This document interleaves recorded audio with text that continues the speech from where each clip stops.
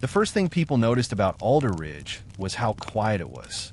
Not the kind of silence that comes from isolation or fear, but the practiced quiet of a neighborhood that had learned to trust itself. Lawns were trimmed every Saturday morning. Porch lights came on at dusk, not because anyone was afraid, but because that was simply how things were done. Children rode bikes without helmets. Doors were locked out of habit, not anxiety. Alder Ridge was the kind of place where nothing ever happened, which is why, years later, no one could agree on the moment everything went wrong. Some said it started with a noise complaint. Others said it started much earlier, years before, when the police department quietly changed its training protocols. But if you asked the Mercer family, they would tell you it started at exactly 9:47 p.m. on a Thursday, when someone knocked on their door a little too hard. The Mercers did not fit the stereotype of victims. That mattered, because later, when the story broke, people would search desperately for a reason it should have happened. There wasn't one. Daniel Mercer was 46, a civil engineer who worked for the county. He coached Little League until his knees gave out. He voted in every local election and kept a thin blue line magnet on the fridge, not out of ideology, but habit. His father had been a volunteer firefighter. Laura Mercer taught third grade.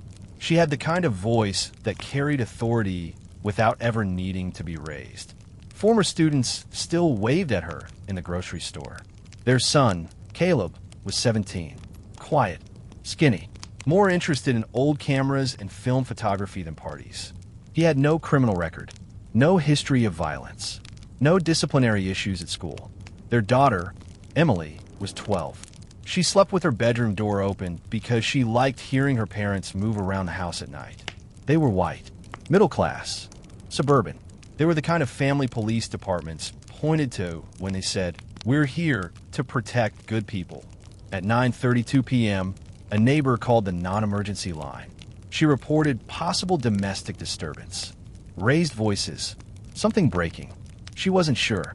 The dispatcher logged it as priority 2, nonviolent but urgent. No one bothered to check the caller's history. She had made similar calls before. Noise complaints. Kids playing too late. Music too loud. Always anonymous. 2 officers were dispatched. Officer Mart Halvorsen had been on the force for 12 years. Officer Tyler Brandt had been on for 8.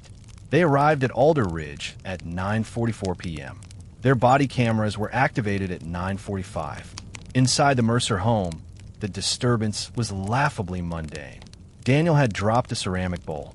It shattered on the kitchen floor. Laura scolded him for carrying too much at once. Caleb laughed from the doorway. Emily complained about the noise. That was it. Caleb bent down to help clean up the mess, careful not to cut himself. Laura grabbed the broom. Daniel shook his head, embarrassed. They did not hear the police cruiser pull up. They heard the knock. 3 sharp raps. Daniel paused. "Did you order something?" Laura asked. Daniel wiped his hands on a towel and walked to the door. He opened it. Police encounters are often decided in the first 10 seconds.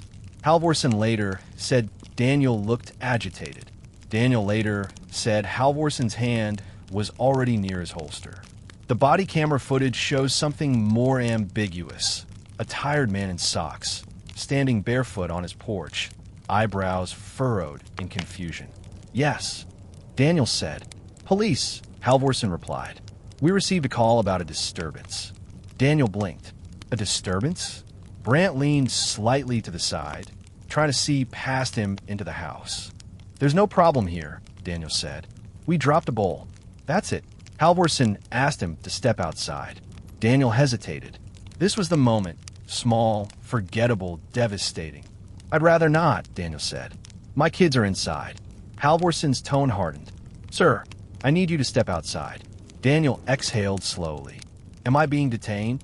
That question, legally mundane, emotionally charged, changed everything. The officer's report later claimed Daniel became combative. The footage shows him standing still. Halvorsen placed a hand on Daniel's arm. "Sir, turn around." Daniel pulled his arm back instinctively, not aggressively, but reflexively. Brandt moved in, and where I can see them. Laura appeared behind Daniel in the doorway. "What's going on?" she asked. Emily stood halfway down the stairs, clutching the railing. Caleb raised his phone. That was the second turning point. Put the phone down. Brant shouted. Caleb froze. I'm just recording, he said. His voice cracked slightly. For our safety. Halvorson reached for Daniel again. Daniel raised his hands. Okay, I'm cooperating. The footage shakes. A neighbor's porch light flicks on. Someone across the street opens a door. A quiet neighborhood, suddenly alert. No one, not the officers, not the family, not the witnesses, could later explain exactly why Halvorson struck first. The internal investigation would say Daniel resisted. The footage shows Daniel's hands still raised. Halvorson shoved him backward. Daniel stumbled, hit the porch railing, and fell. Laura screamed, "Stop! He's not resisting!" Brant drew his taser. Caleb shouted, "What are you doing?" The taser fired. Daniel convulsed on the porch floor. Emily screamed from the stairs. Laura ran forward. Brant pushed her back hard. She fell against the doorframe. Caleb stepped forward instinctively. Halvorson turned. "Get back inside." Caleb didn't move fast enough.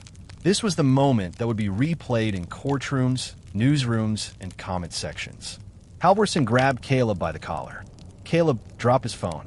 It hit the porch and kept recording. "You're under arrest," Halvorson shouted. "For what?" Caleb cried. "I didn't do anything." Brant tackled Caleb to the ground.